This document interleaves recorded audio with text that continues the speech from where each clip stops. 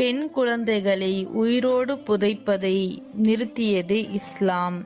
இதோ அந்த காட்சிகளை வான்மறை குரானில் அப்படியே படம் பிடித்து காட்டுகிறது.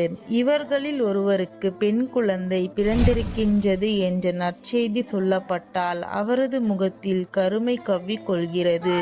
துக்கத்தால் அவருடைய தொண்டை அடைத்து கொள்கிறது.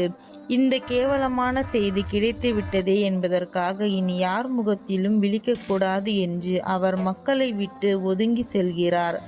அவமானப்பட்டு கொண்டு பெண் குழந்தையை வைத்திருப்பதா அல்லது உயிருடன் அதை மண்ணில் புதைத்து விடுவதா என்று சிந்திக்கிறார். பெற்றெடுத்த மகளை நல்ல முறையில் வளர்த்து ஆளாக்கி சிறப்பான கல்வியை அவளுக்கு அளிப்பதையும் இஸ்லாம் கடமையாக ஆக்கியுள்ளது.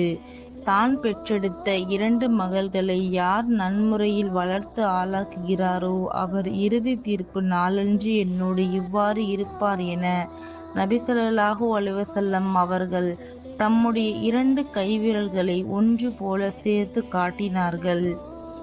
மகன்களுக்கிடையிலும் மகள்களுக்கிடையிலும் பாராபட்சம் காட்டுவதை இஸ்லாம் எதிர்க்கின்றது.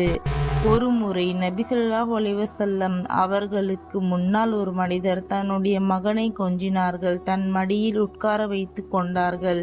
அதே சமயம் தன்னுடைய மகளை கண்டு கொள்ளவே இல்லை. இதை கண்ட நபி, நீ ஒரு அநியாயக்காரர், உன்னுடைய பெண்ணோடும் நீ இவ்வாறு நடந்து கொண்டிருக்க வேண்டும் என கூறினார்கள்.